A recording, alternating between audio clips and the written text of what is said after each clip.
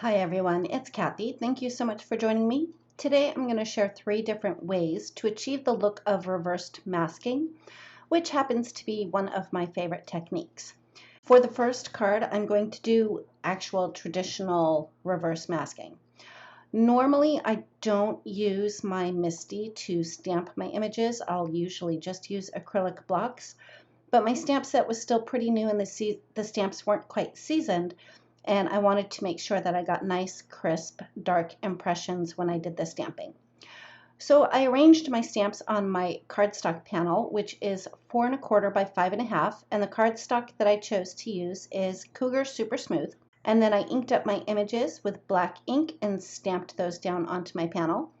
And then after I had that first round done, I finished up the stamping to cover the background of that piece of cardstock. Next, I stamped all of the images that I needed to mask off on my cardstock panel. So I just used some masking paper and my little scissors and fussy cut out all the images. If you're not a fan of fussy cutting and you have a scan and cut machine, I'm pretty sure that you can run masking paper through your scan and cut machine as well. I personally don't mind fussy cutting. It kind of keeps me mindful and in the moment of what I'm doing. One tip when you are cutting masks by hand, you want to make sure that you cut right up to the stamped line, and it's even okay to cut along the stamped line a little bit.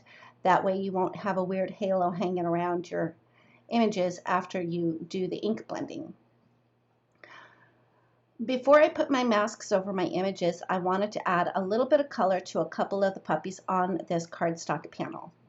So I did very basic coloring with my Copic markers, and I'll make sure to have all of the colors that I used listed in the description below for all 3 cards. And to give you a little bit of background about the colors and the layout for this card, I was actually inspired by our grand dog tour's placemat. Abby is our son's puppy, and she's visiting us for a little while, and he brought her placemat, and it's a really nice lime green, and then it's got black, white, and gray puppies all over it. And that's where I drew my inspiration for this particular card.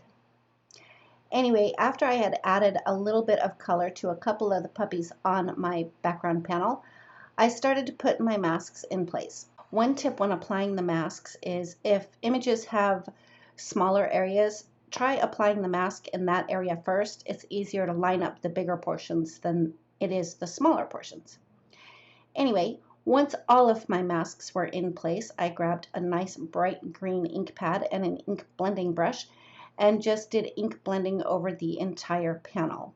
Once I was done with the ink blending, I used my Zig Cartoonist pen so I could have some white splatters on my background as well.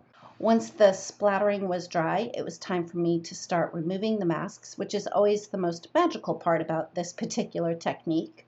Next, I took the Slimline Scribbles background stamp and inked it up with some gray ink and put a piece of cardstock that I had cut at an angle on top and rubbed really well with a piece of scratch paper over that to make sure that I got a nice impression.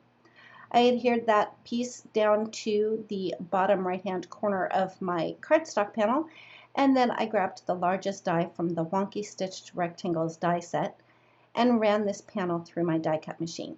After I ran that through my Gemini Junior, it was time to start putting my card together. I adhered my stamped and ink blended panel to a piece of black cardstock that's cut just slightly larger, and then I adhered that to the front of a top folding A2 size note card. I stamped one of the sentiments from the Doggy Sketches stamp set, and then I ran it through using the Simple Sentiments die set, and then I colored the frame using my black Copic marker so that the sentiment would stand out really well on the front of my card. Off camera, I had colored this sweet little puppy with my Copic markers, and I cut her out using my scan and cut machine, and then I put a whole bunch of foam tape on the back side of her and adhered her to the front of the card. To finish it up, I added some matte black confetti and glazed lime confetti from This Calls For It confetti, and the final touch was to add a little sparkle to the flower in her hair using my Wink of Stella glitter pen. And that finishes up the first card for the reversed masking technique. And here's another look at the first card. Moving on to the second card, it's basically the same thing, only for this one you don't have to cut out any masks.